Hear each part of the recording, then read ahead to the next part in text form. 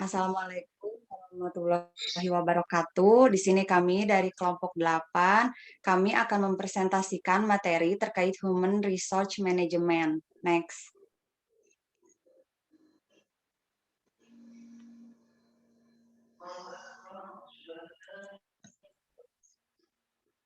Untuk anggota kelompoknya, ada Andika Ramaputra, ada saya sendiri Dewi Kania, dan ada Muhammad Iksan Nur Wahid.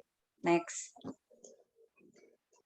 Di sini kami akan membahas 3 poin. Untuk poin yang pertama ada pengertian dari Human Resource Management, lalu ada cara kerja dari Human Resource Management, dan juga ada tujuan dari Human Resource Management. Next. Di sini untuk poin yang pertama ada pengertian dari Human Resource Management. Next. Untuk pengertian dari Human Resource Management, yaitu sebuah praktik untuk merekrut, memperkerjakan, menyebarkan, dan mengelola karyawan di sebuah organisasi. Next. Untuk poin pentingnya dari Human Resource Management adalah untuk mengelola orang-orang di tempat kerja untuk mencapai sebuah visi misi organisasi dan untuk memperkuat sebuah budaya.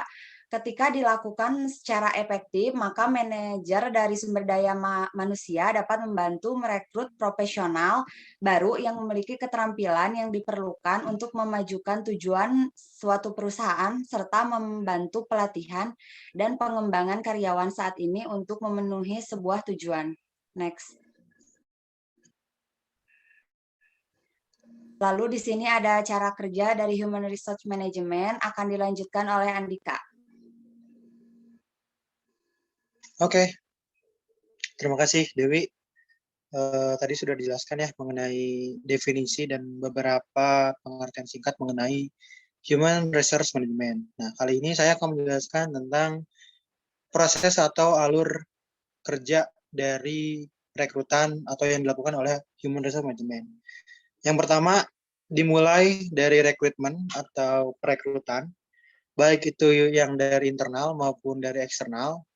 Di sini adalah kegiatan untuk merekrut sumber daya manusia yang baru. Nah, kemudian setelah direkrut, calon sumber daya manusia atau calon karyawan diseleksi, yang kemudian dilanjut dengan training atau pelatihan, baik itu dalam pekerjaan ataupun di luar pekerjaan. Selanjutnya, ada assessing performance. Nah, di sini dilakukan penilaian kerja yang berfokus untuk mengidentifikasi keadaan kinerja individu atau organisasi ini dan yang diinginkan menuju tujuan bisnis tertentu. Nah, ada 2 metode yang dilakukan dalam proses assessing performance, yaitu menggunakan traditional method ataupun modern method. Selanjutnya, setelah dianalisa dan dianalisis, karyawan yang sudah melakukan beberapa tahap yang sudah dilakukan, itu akan diberikan motivasi. Nah, bentuk motivasi ini terdiri dari 2. Yang pertama dari reward dan benefit. Yang kedua adalah recognition. Nah, reward dan benefit ini artinya pihak perusahaan memberikan reward atau hadiah kepada karyawannya yang telah berproses dan telah mengabdikan dirinya kepada perusahaan. Nah, recognition di sini maksudnya perusahaan mengenali bahwa karyawan tersebut melakukan hal yang baik dan menguntungkan perusahaan. Nah, selanjutnya ada compensation, ya, yang dimana hal tersebut adalah jumlah total pembayaran moneter dan non moneter yang diberikan kepada karyawan oleh pihak perusahaan sebagai tanda bukti imbalan atas pekerjaan yang dilakukan sesuai kebutuhan. Selanjutnya ada maintaining labor relation. Ini merupakan hal yang perlu dilakukan karena di sini perusahaan berusaha untuk menjaga komunikasi dan hubungan antar karyawan dan pihak perusahaan Sehingga jika hal tersebut bisa terjaga, keuntungan untuk perusahaan sendiri pun akan terus berkembang. Yang dalam arti perusahaan dan karyawan melakukan take and give dari proses bisnis yang mereka telah lakukan. Selanjutnya ada healthy welfare safety of employees, atau bisa dikatakan sebagai maintenance dari diri mereka sendiri, bahwa perusahaan harus bisa menjamin kinerja, kondisi, bahkan psikologis dari pegawainya, karyawannya. Kenapa? Karena jika seorang karyawan mendapatkan sebuah tekanan di perusahaan dan pihak perusahaan tidak mengetahui ini, lalu kemudian misalkan dia mempunyai psikologis yang buruk, bisa jadi dia cerita kepada orang lain, ataupun misalkan dia mengeluh dan dia tidak masuk kerja, ini berdampak signifikan terhadap perusahaan, sehingga dapat memberikan ke perusahaan. Selanjutnya adalah compliance to labor laws. Di sini maksudnya adalah kepatuhan terhadap hukum. Nah, jika tadi kita sudah membicarakan masalah kompensasi, masalah benefit, masalah keuntungan, masalah hadiah, selanjutnya di sini perusahaan memberikan kepatuhan terhadap hukum, di mana hukum yang berlaku harus ditaati oleh setiap karyawan yang ada di perusahaan. Kenapa? Karena jika ada karyawan yang menyimpang dari jalur yang diatur oleh perusahaan, maka perusahaan berhak untuk melakukan sebuah tindakan, baik itu pemberhentian, atau misalkan pemecatan, ataupun sanksi berupa uang. Nah, lebih kurang itulah tanggung jawab dari seorang Human Resource Management, atau bisa disingkat HRD. Kita bisa mengetahui sebagai HRD. Ini sangat penting, proses ini sangat penting karena yang bertanggung jawab atas sumber daya manusia dari sebuah organisasi atau instansi atau perusahaan adalah HRD itu.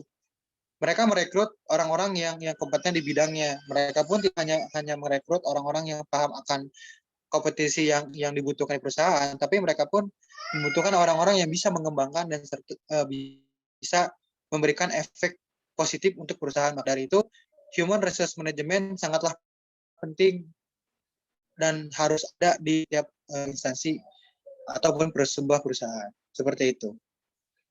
Selanjutnya, kita masuk ke bagian ketiga, bagian terakhir, yaitu tujuan, yang akan disampaikan oleh Muhammad Ihsan.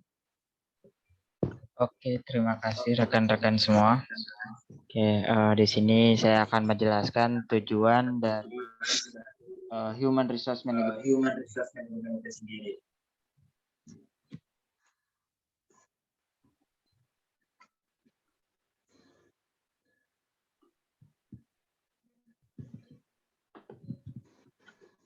Oke, di sini tujuan dari manajemen sumber daya manusia atau Human Resource Management yaitu untuk membuat pekerjaan dan kesepakatan pemandangan pekerjaan atau bisa disebut sebagai karyawan itu sendiri. Nah, untuk tujuan dari HRM ini atau Human Resource Management itu dipecah menjadi 4 kategori. Yang pertama sosial, yang kedua itu ada fungsional, ada organisasi, dan yang terakhir ada pribadi. Nah, untuk tujuan sosialnya sendiri, di sini ada langkah-langkah yang diterapkan untuk menanggapi kebutuhan atau tantangan etis dan sosial perusahaan atau karyawannya. Ini termasuk masalah seperti hukum, seperti kesempatan yang sama dan upaya yang sama untuk pekerjaan yang sama. Nah, yang kedua di sini ada fungsional, yang dimana pedoman yang digunakan untuk menjaga SDM berfungsi dengan baik di dalam organisasi secara keseluruhan. Ini termasuk memastikan bahwa semua sumber daya SDM yang ada itu dialokasikan secara maksimal. Nah, selanjutnya di sini ada organisasi, yang dimana tindakan yang diambil untuk membantu memastikan efisiensi organisasi itu sendiri. Ini termasuk memberikan sebuah pelatihan atau memperkerjakan jumlah karyawan yang tepat untuk tugas tertentu atau mempertahankan tingkat referensi karyawan yang tinggi. Dan yang terakhir di sini tujuan pribadi, yang dimana sumber daya yang digunakan untuk mendukung tujuan pribadi setiap karyawan itu sendiri. Pada hal ini termasuk menawarkan kesempatan untuk pendidikan atau pengembangan karir serta menjaga kepuasan karyawan. Oke, mungkin itu tujuan yang bisa saya jelaskan. Saya serahkan kembali ke Dewi Kania. Silakan. Baik ya, berikut sudah kelompok kami sampaikan terkait pengertian, cara kerja, dan juga tujuan dari Human Resource Management. Semoga dapat dipahami. Terima kasih. Wassalamualaikum warahmatullahi wabarakatuh. Waalaikumsalam warahmatullahi wabarakatuh. Waalaikumsalam warahmatullahi wabarakatuh.